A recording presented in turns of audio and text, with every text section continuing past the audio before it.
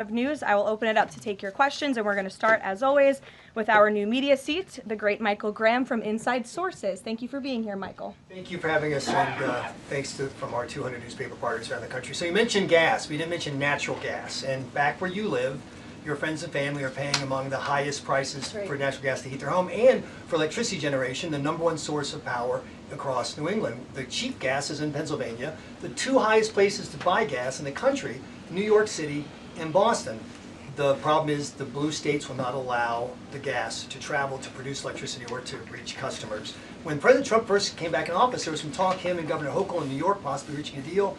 When will consumers in the Northeast feel relief from President Trump's energy policies, and what can he do about state objections to expansion of infrastructure? Then I have a quick follow-up. Sure, absolutely. Well, the president has promised all Americans across the country, and in particular in the Northeast, where we do face much higher costs of electricity and of energy, unfortunately, because of the Democrat policies in the area. From the federal government's perspective, the president and the National Energy Dominance Council, Secretaries Wright and Burgum, are doing all we can when it comes to federal permitting.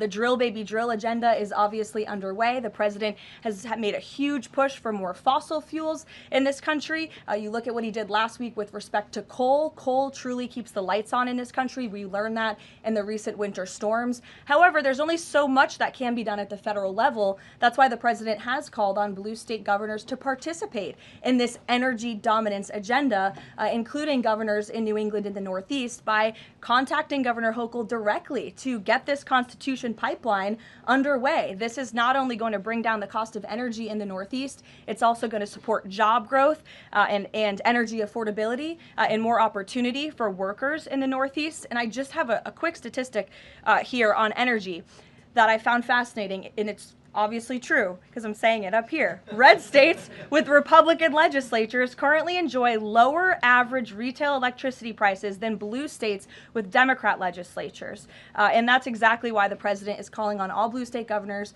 across New England and the Northeast to get on board. Let's bring prices down for all Americans, whether they live in a red or a blue state. So right down the street from your alma mater, San Antonio College, talking about building an ICE facility that's causing a lot of political agita in New Hampshire, and for the Republican governor, Kelly Ayotte. Seems to be some miscommunications argued on both sides.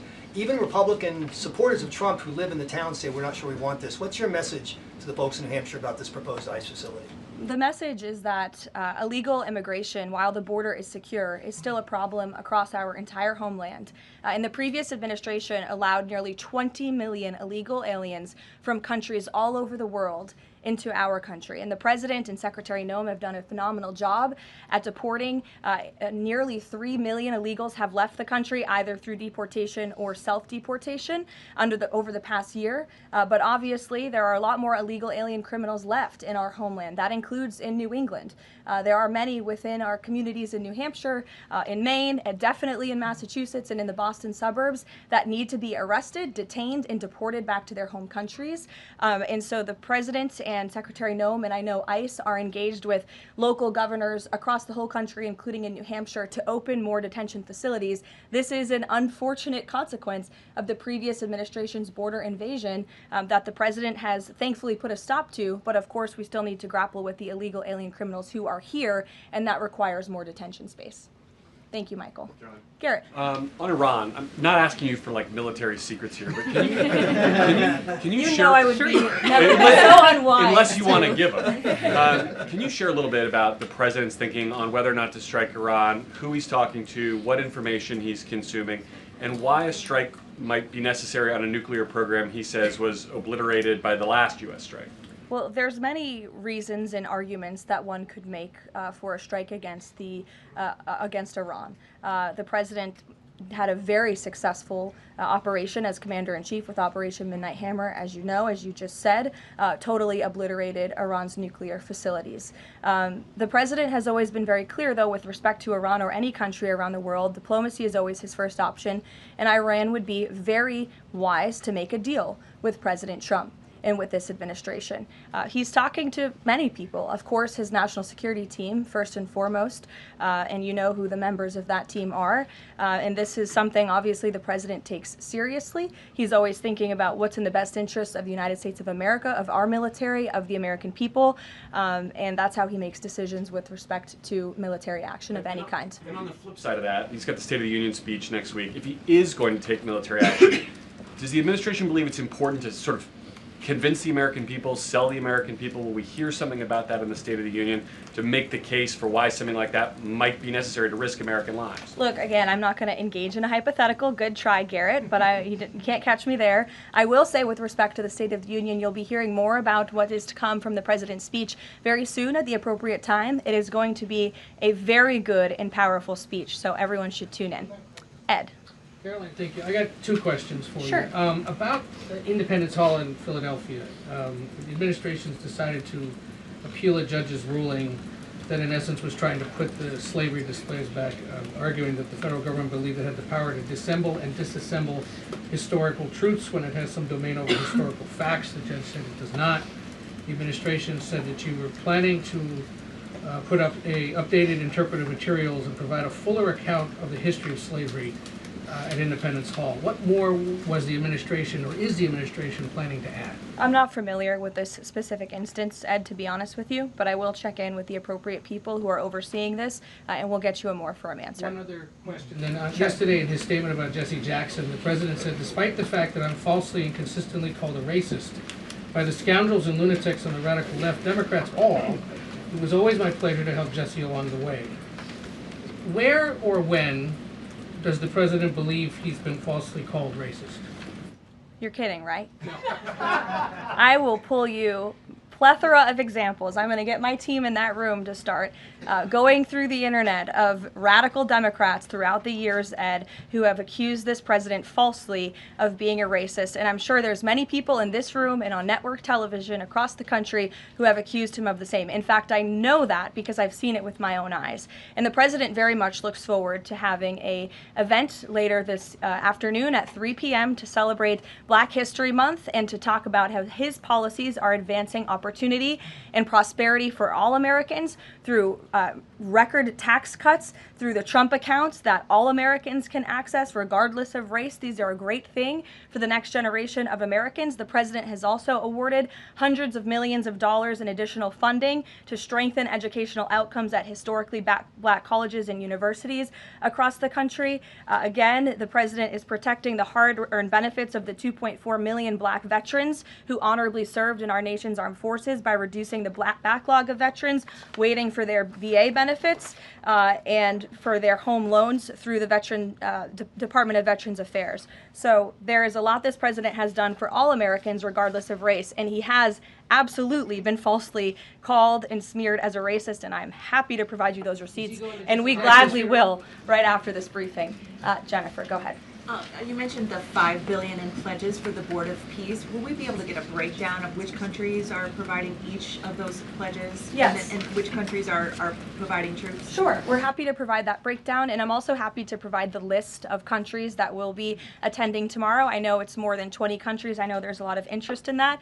I'll spare myself reading you the list of 20 countries from the podium, but we will provide it, and the president will be opening the meeting tomorrow with remarks, and will sort of formally be chairing the meeting at the beginning before he departs for Georgia tomorrow. And then on the sewage spill, the sewage pipe that broke on the Potomac, can you give us an update on the federal government's response? And officials have told CBS that some of that aging infrastructure is a concern, that this particular pipe wasn't even of the most urgent concern. Do you know if the government is looking into which other pipes could be at risk of collapsing?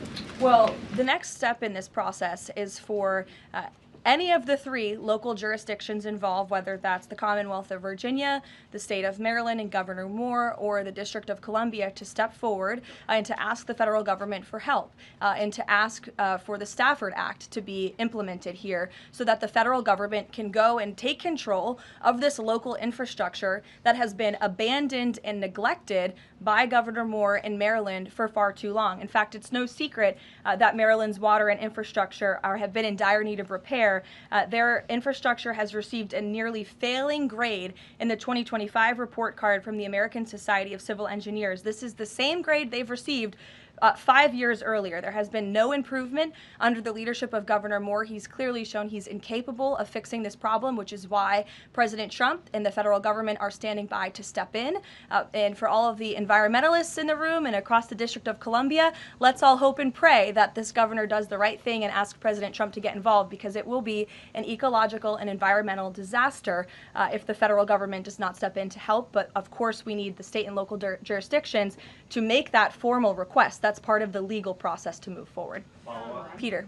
So you said that any of the three Democrats just need to ask. A few minutes ago, Maryland's Governor Wes Moore asked. He said, if the president wants me to ask nicely, our response is this: please, Mr. President, do your job.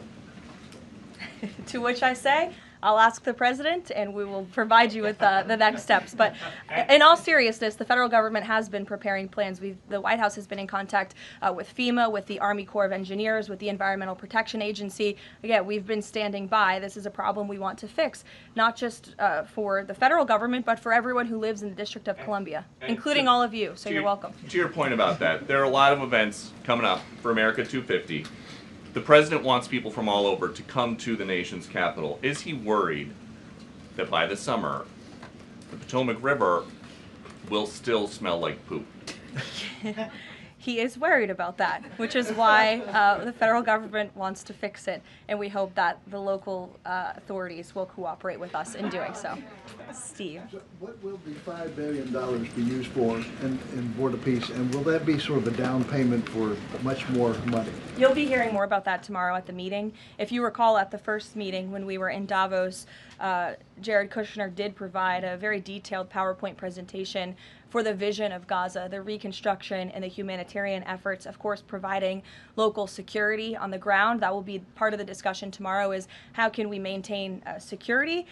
First, you must achieve security to get to prosperity, which is sort of the second part of this plan. So you'll be hearing more about that tomorrow, but I would just point out, $5 billion worth of investment. We're talking about reconstructing Gaza. I remember when those words came from the president's lips in the East Room many months ago, and all of you in the press were bewildered at how the president could have such an ambitious goal of rebuilding Gaza, which is obviously a place that has been just turmoiled by violence and chaos for many, many years. But we are well underway in doing that, and it's a historic accomplishment for this president. Secondly, is the president seeing enough progress in the Iran talks to let negotiations go a little further? I mean, where do things stand after yesterday's talks? I think you heard from the administration and the State Department yesterday that there was a little bit of progress made, but we're still very far apart on some issues. I believe the Iranians are expected to come back to us with some more detail in the next couple of weeks, and so the president will continue to watch how this plays out. Sure. Follow up on that. Thank you, Karoline. On these Iran talks, I mean, how much time is the president willing to give it before he is seriously maybe considering military action? Is he willing to give it that full 2 weeks? And has he given the Iranian officials a deadline on when he wants to see a deal? It's a fair question, Rachel, but I'm not going to set deadlines on behalf of the President of the United States from up. And then just one more on the shutdown. We're now in this partial shutdown over DHS funding. Has the president personally spoken to the Democratic leaders in Congress? Can we expect to see them at the White House to try to make a deal on this? Not to my knowledge. He hasn't had any direct conversation or correspondence with Democrat lawmakers recently. It doesn't mean he's not willing to. I'm just not aware of any conversations that have taken place. I do know the White House and the president's representatives have been in direct conversations with both Democrats and Republicans, but of course, Democrats are the reason that the Department of Homeland Security is currently shut down. They have chosen to act against the American people for political reasons, and now we have FEMA workers, the men and women of the United States Coast Guard, men and women of TSA who keep our airports moving, who will be working without paychecks for no good reason other than the Democrats wanting to pick a fight with Donald Trump. And the president thinks that is irresponsible and despicable. He wants the government to be open. We've been engaged in good faith negotiations with the Democrats. Last night they sent over a counter proposal that frankly was very unserious, and we hope they get serious very soon because Americans are going to be impacted by this. Sure. Thanks, Caroline. President Trump has talked about a forthcoming executive order on voter ID. Is there more details you can provide about for that, and Can you talk about any steps that you're taking to overcome core challenges that you've kind of faced in this area before on voting? Well, as the president said in that Truth Social post, he's discussing and exploring legal options for a potential executive order with respect to voter ID, but this is something he's made very clear he wants Congress to get done. The Save America Act is a common sense piece of legislation that has now passed the House of Representatives to ensure that voter ID is a requirement in the United States of America. This is a common sense policy that nearly 90% of the country agrees with. You need an ID to go and purchase alcohol. You need an ID to go to the library and check out a book. And so the president thinks you should have an ID to vote in our nation's elections. And I know the vast majority of Americans agree with him on that. And he wants Congress to move quickly to get it done. Thank you so much. Sure. On Cuba, you know, it's increasingly being described as a humanitarian crisis. What is a successful outcome for the U.S. that the U.S. wants to see in Cuba? Is there anything less than regime change that would be considered success? I think, as Secretary Rubio has articulated and the president himself, we obviously want to see flourishing and prosperous democracies all over the world, especially in our own hemisphere. I'm not dictating any actions the United States may take to get there, but of course that's in the United States' best interest to have Cuba be a truly free and prosperous democracy. Unfortunately, right now, that is not the case. They are a regime that is falling, their country is collapsing, and that's why we believe it's in their best interest to make very dramatic changes very soon, and we'll see what they decide to do. Sure. Thank you so much. Following up on Gaza, this $5 billion, who exactly will be in charge of managing this money? Would that be the president himself making the final decisions on how these funds are spent? It will be the Board of Peace, which the president is, of course, the chairman of, but all of the member parties, I believe, will have votes on the funding. And then, of course, there is that technocratic layer underneath the official Board of Peace with the member countries that will be making decisions as well. So if you just go back and look at the first event that we had where we sort of unveiled the structure of the Board of Peace, that structure remains in place, and they'll be overseeing the funds that will be announced tomorrow for their reconstruction and humanitarian efforts. Sure. Another question on that Board of Peace announcement. You mentioned there will be the announcement of who comprises that International Stability Force. How soon will that force be deployed? And have all of the regional partners, all of the regional countries signed off on the makeup of that force? I don't have a timeline for you today, but again, I'm sure you'll hear more about this tomorrow. So you'll join us at the event. Deanna. Thanks, Caroline. Two questions. Sure. First, the president has talked a lot about housing affordability, and several countries that are facing housing shortages, including Canada, for example, have imposed a ban on non-citizens, like foreigners, from buying their houses. Do you know if that's a strategy that the president would be willing to deploy? Well, first of all, the president is obviously committed to deporting illegal aliens from our country and those who are not lawfully present in the United States, which he has done at a record pace, which has led to the falling of rents, as I pointed out in my opening remarks. Secondly, the president has recently announced that he is fighting for a ban on institutional investors and Wall Street billionaire corporations from buying up single-family homes that should be lived in his opinion, by American families. We know this is going to have a remarkable impact on the housing market and on prices and supply and demand for the American consumer and the American family. And then thirdly, the president is also expediting permitting as fast as we possibly can to build more homes, to increase supply, to obviously bring down the cost of home ownership and purchasing homes for the American people. And then also, as I mentioned as well, we do see mortgage rates falling. So all of this is combining to make housing more affordable in this country. There's still a lot more to do. The president is still digging his way out of the mess that was created by Joe Biden's administration in jacking up mortgage rates and jacking up housing costs. But we do see very positive trends in this direction. And the president wants the United States to be a nation of owners, not renters. He wants families to live in homes, not institutions and big corporations. Michael. On Ukraine, Caroline. Secondly, on Ukraine, Sure. Yesterday Zelensky said in an interview that he says that it's not fair that the president is saying that Ukraine has to make concessions. He's saying this publicly, and not Russia. Has the president seen these comments? And when the president says that Ukraine has to make concessions, is he referring to giving up Donbass? I think the president would respond to that by saying he does not think it's fair that thousands of Ukrainians are losing their lives, and Russians too, in this deadly war. And that's why the president and his team have committed a tremendous amount of time and energy in bringing this war that is very far away from the United States of America, but nevertheless, this is a president of peace. And so he's committed a tremendous amount of time and energy to bringing this war to an end. Just yesterday, there was another round of trilateral talks between the U.S., Russia, and Ukraine.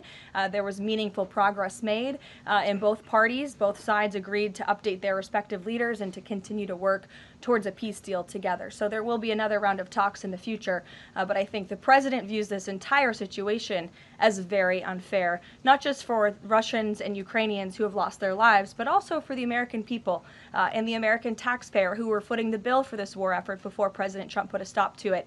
And I would just remind everyone around the world that the United States is still selling weapons to NATO that are then being sent to Ukraine in their defense of their freedom in their borders. Michael. Russia is reportedly joining Iran for joint naval exercises in the Gulf of Oman this week. Has the president issued any kind of warning to Russia or even China not to involve itself if the U.S. decides to strike Iran? Not to my knowledge, no, or not that I would dictate from this podium. I wouldn't reveal the president's private conversations with world leaders. With respect to that, again, when it comes to Iran, the president has a decision to make, and he will do that, and I'm not going to broadcast what that decision may be ahead of him. President Barack Obama, Caroline, was recently asked if aliens are real. He says they're real, but he hasn't seen them. The president's daughter-in-law, Lara Trump, told Miranda Devine of the New York Post that the president has a prepared speech on this issue that he prepares to deliver at the right time. Is that true? And does the Trump administration believe aliens are real?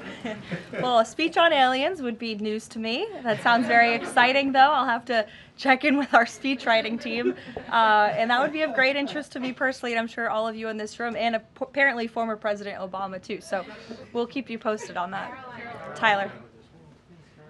The White House has touted an unprecedented amount of cooperation with counties in Minneapolis after the negotiations with Tom Homan. Are those written or verbal deals with the sheriff? How many have agreed to cooperate on immigration enforcement who previously refused to do so? Yeah, the last time I spoke with Mr. Homan, which was just a few days ago, he assured us that nearly every single county in the state of Minnesota has agreed to notify ICE when they are releasing criminal illegal aliens from their jails. This is an unprecedented level of cooperation that we have not seen. It has led to not only cooperation to detain illegal aliens in Minnesota, which just this past week I have looked at the list. They've detained some very heinous people who none of you would want living in your communities, but has also led to a much more calm situation on the ground. We've also seen, and you've seen this with your own eyes play out, the local police and the state police have now cooperated in the arrests of left-wing agitators and criminals who are unlawfully obstructing immigration enforcement in their efforts. So this is a huge win, and again, the president sent Mr. Homan to Minnesota to do a job, and he has done it well, and I think the situation on the ground proves that. Are those like written agreements that they've been signed by various officials in the state? These are agreements that have been made by state and local officials in the federal government, and we are seeing that cooperation play out every single day. These counties are notifying ICE when they are releasing criminal illegals from their jail, and we do know that they are arresting left-wing agitators who are unlawfully impeding law enforcement. There's video to show that. Show it yourself. You can view it with your own eyes. John. Thank you, Caroline. You mentioned two things: DHS closed and the SAVE Act IDs. Both of these could get solved in 15 minutes if Senate Leader John Thune simply got rid of this phony 60-vote cloture rule and got 51 votes, and that would be the end of it, because everyone in this room knows if the Democrats take over, they'll get rid of that rule in 90 minutes. They already tried it one time, and the two Democratic senators that stopped it are no longer there, Manchin and Sinema. President Trump is backing a lot of these senators for re-election, and yet they will not get rid of the 60-vote cloture rule, which is holding everything up. What is the president's position on John Thune in the Senate finally getting rid of this so this legislation can get moved? Well, the president has a good relationship with Senate Majority Leader John Thune. They keep in very close contact, and they work together all of the time. I hear your passion in your voice, and I know it's shared by many Americans across the country, including the president himself. He wants to see the SAVE Act voted, and he's expressed that both publicly to all of you, the American people, but also privately in his conversations with Senate Majority Leader Thune and many other members of Congress as well. Yes, Rob, go ahead. Good to see you. So J.B. Pritzker just recently signed the bill. The law went into effect in January, and it's supposedly going to allocate about $2.5 billion to illegals to go to college and financial aid in the state of Illinois. What is the White House's reaction to this? Illinois is already, by 2027, they're supposed to have a $3 billion deficit. What's your reaction to that? Yeah, we'll have to take a look at that. I would say the president certainly thinks that Governor Pritzker is not doing a very good job of managing his state, as evidenced by not only the waste, fraud, and abuse, but also the crime in the city of Chicago that unfortunately Governor Pritzker has refused to pick up the phone and call the White House and ask for help on, which is something his residents want him to do, but he refuses to do for political reasons. As for the specific money, we'll take a look and get you an answer. You're welcome. John. Thanks a lot, Caroline. Two questions. One is about the president's trip to Georgia tomorrow. If you can provide some additional information about that, why Northwest Georgia was chosen for this particular trip, for instance. Sure. Well, Georgia is obviously a very important state to the president and to the Republican Party, and the president loves the people of Georgia. He'll be touring, like I said, a steel facility, and then he'll also be stopping by another local business, and he will be giving remarks on affordability, on the economy, on all of the great economic news that I just shared with you earlier. He'll be meeting and greeting with everyday Americans, and that's what the president loves to do, to get out across the country, and he's spoken about his intention to go across the country a lot more, and obviously tomorrow's trip is evidence of that. Secondly, last week, as you know, big event that took place in the Roosevelt Room, the president announcing that the EPA has repealed these federal limits on emissions for cars, trucks, and power plants. And in the president's presentation, he mentioned that American families will save $2,500 for a new car or truck. Where is the promise coming from automakers that they're going to pass along their savings to those families all across the country? It's a great question, John. That was an economic analysis that was provided to the president, and I'd be happy to provide that to you so you can take a look yourself. But I'm glad you brought up the president's announcement last week, because this is one of the largest deregulatory actions ever taken in the United States of America. And overall, it's going to save our country $1.3 trillion in regulatory burdens that have really done nothing for our country, nothing for our environment, nothing for our economy. In fact, this announcement received widespread and bipartisan praise. I think I recall seeing the editorial board of the Washington Post, of all places, even commending the president and Administrator Zeldin for this historic action last week. So there's no doubt it is going to save the American consumer money, and I'd be happy to provide that specific economic analysis to you. Sure, in the middle, go ahead. Yes. Thank you. Governor Moore in Maryland signed a bill that is ending the law enforcement cooperation with ICE. And by doing that, a lot of local sheriffs are not happy, and in fact, they met today in Annapolis to come up with illegal action. What is the message of the White House to those sheriffs and to the residents of Maryland? Well, first of all, it's another despicable action by Governor Wes Moore. Why would you prevent your state and local law enforcement from cooperating with federal law enforcement? If you just ask them, to your point, if you ask a sheriff across the country if they want to have that level of cooperation and coordination with the federal government, of course they do. It makes their jobs easier. It keeps them out of hostile and dangerous environments. It allows them to detain illegal alien criminals who have committed heinous crimes in our country with the most safe circumstances possible. So the president, of course, continues to always stand on the side of law enforcement, and this is another just horrible and frankly political action taken by Governor Wes Moore, and unfortunately the people of his state are going to reap the consequences of it. Sure. Thank you, Caroline. President Trump just said on Truth Social that it would be a big mistake for the UK to hand over control of Chagos Islands to Mauritius. but the State Department earlier this week has said the U.S. does support that handover. So does this post now suggest that the U.S. does not, or that President Trump had changed his mind on this? The post should be taken as the policy of the Trump administration. It's coming straight from the horse's mouth. When you see it on Truth Social, you know it's directly from President Trump. That's the beauty of this president and his transparency and relaying this administration's policies to all of you and to the rest of the world. Carrie, go ahead. There's been a series of walkouts from public school students that have been sort of provoked by a number of public school administrators. What are your thoughts on this? What's the administration's thoughts on this? Will they be taking any actions on these walkouts against ICE? Look, I think obviously the president and the administration support the First Amendment rights of all American citizens, and if they're peacefully protesting, then that's their constitutional obligation and right and responsibility to do so.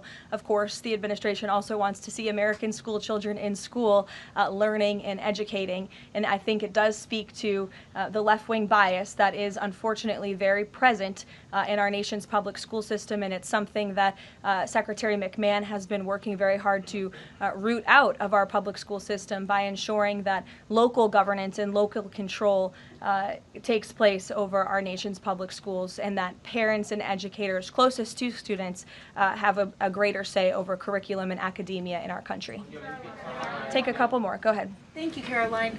The Vatican announced earlier today that they would not be joining the Board of Peace initiatives over concerns that it could potentially compete with the United Nations over handling crisis conflicts. What's the White House's response to that? Yeah, look, we saw that. I think it's deeply unfortunate. I don't think that peace should be partisan or political or controversial. And of course, the administration wants all those who were invited to join the Board of Peace to join. Because again, the Board of Peace is overseeing the reconstruction of a territory that has been plagued with violence, with bloodshed, with poverty for far too long. And this president has a very bold and ambitious plan and vision to rebuild and reconstruct Gaza, which is well underway because of the Board of Peace. This is a legitimate organization where there are tens of member countries from around the world, and we think that's an unfortunate decision. In the back, sure. I'll go to both of you, sure. Okay. Go ahead, and then Jake, you can go. You're welcome. Caroline, can you tell me, is there an update regarding the tariff rebate checks that the White House has promised? I don't have an update for you on timeline, but I know that it's something that the president and his economic team continue to very seriously discuss. Thank you, Caroline. I've got two questions. First, does the president see some sort of religious or prophetic component to the unfolding developments in the Middle East? I haven't spoken to him about that particular perspective, to be honest with you, but of course the president wants peace for all people of all faiths all around the world, and that's part of his push to create peace in the Middle East, which he has done successfully. And my second question is, as his popularity rises around the world, and especially in regions where he's invested so much effort in promoting peace and ending wars, do you think we might be watching the emergence of a global MAGA movement? Is this something that the president has discussed at all? Well, I don't know, Jake, but I sure hope so. Take a couple more. Go ahead. Sure. I wanted to ask you about Iran. As the U.S. military builds up around Iran, is President Trump coordinating war plans with Israel so that if he does decide to strike, that Israel will be a part of those strikes? Look, I don't have any specifics on the president's recent conversations with Israel. As you know, Prime Minister Netanyahu was just here at the White House last week or the week before. But again, with respect to Iran, there was some progress made yesterday. There are still a lot of details to discuss, and we'll continue to see how this plays out. The United States government, of course, is always in close communication and correspondence with the state of Israel, and that starts right at the top with the president and Prime Minister Netanyahu themselves. One more. Go ahead. Last week we saw the underlying affidavit for the search warrant that was executed in Fulton County, and there was not any mention in that document about foreign election interference in the 2020 election. I'm wondering if DNI Gabbard has uncovered that in Georgia or in Puerto Rico, where we know her team was sent as well? I don't have any updates for you on that today. I would defer you to the director's office herself. Caroline, Sure. two questions. One on the president's schedule today. It says he has signing time. What is he signing today? Are we expecting executive orders or actions? That's the first question. And then second, the Wall Street Journal is reporting that a U.S. arms sale package for Taiwan is in limbo. Can you just confirm this reporting / offer any additional comment? And how concerned is the administration that if an arms deal with Taiwan went through, that this could disrupt the China-U.S. Trade truce? Sure. Well, I haven't read the full Wall Street Journal report. I will just say with respect to an arms sale to Taiwan, I don't have any announcements or updates on that for you today. And to your first question about what the president will be signing, he will be signing an executive order, which you will all be hearing about later this afternoon, and you will see him in 1 hour at the Black History Month reception. We'll see you there. Thank you.